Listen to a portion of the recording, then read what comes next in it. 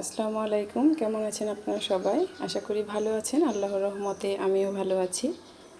লম্বা একটা সময় ছুটি কাটানোর পর আমার মেয়ের আজকে থেকে স্কুল শুরু। প্রায় 40 দিনের মতো বন্ধ ছিল।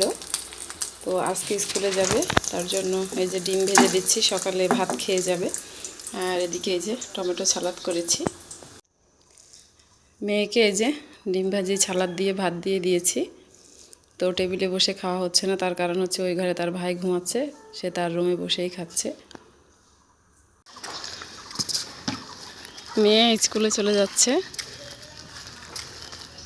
ভিতরের পাশ দিয়ে যাচ্ছে।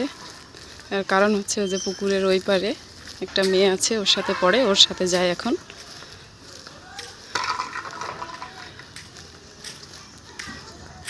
যা বাবু।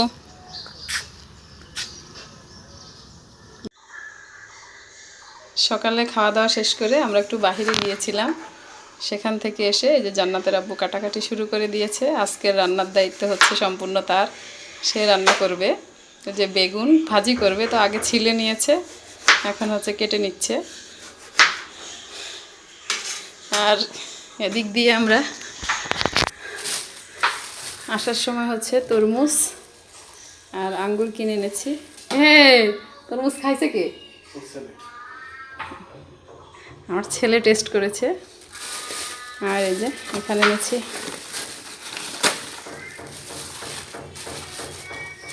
কালো আঙ্গুর। রান্না বান্না শুরু করে দিয়েছে জান্নাতের আব্বু। তো প্রথমেই রান্না হচ্ছে গাজর, পেঁপে, আলু আর মটরশুঁটি দিয়ে ভাজি। আর আমি আজকে হচ্ছে ক্যামেরাম্যান। এই যে দেখেন, কোয়েল পাখির ডিমও সিদ্ধ করে নিয়েছে।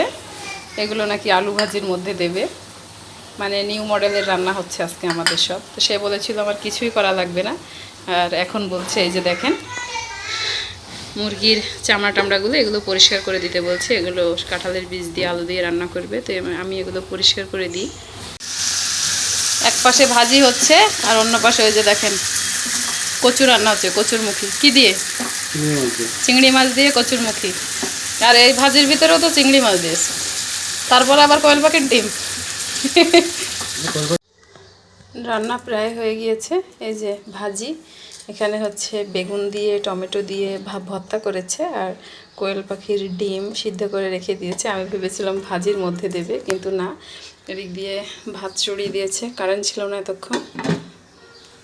আর এখানে হচ্ছে কচুরমুখী রান্না করেছে চিংড়ি মাছ দিয়ে।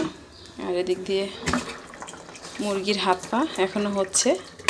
তো আমি বলেছিলাম যে আমি রান্নাটা করি, কিন্তু না, সে বলছে যে আমি রান্না করব আজকে, তোমার দায়িত্ব হচ্ছে ছেলেকে খাইয়ে গোসল করিয়ে ঘুম পাড়িয়ে দেওয়া। তো ছেলেকে খাইয়ে গোসল করিয়ে আমি ঘুম পাড়িয়ে দিয়েছি। আর এখন এসে দেখছি যে সে এই যে সব কিছু হয়ে গিয়েছে, শুধু একটা হালকা পাওয়ার দিয়ে রেখে সে গোসল করতে গিয়েছে। সব কিছু রান্না করা হয়ে গিয়েছে এই যে। আর এদিকে আমি সালাদটাও কেটে নিয়েছি, কিন্তু জান্নাতের আব্বু হচ্ছে খাবার খাবে না, বলছে মেয়ে আসুক তারপর একসঙ্গে খাবো। আমি যেমন বসে থাকতাম মেয়ের জন্য। তো 4টা বাজে স্কুল ছুটি হয়, অলরেডি 4টা 10 বেজে গিয়েছে, হয়তো আর 5-10 মিনিটের মধ্যে বাসায় পৌঁছাবে, তারপর আমরা খেতে বসবো।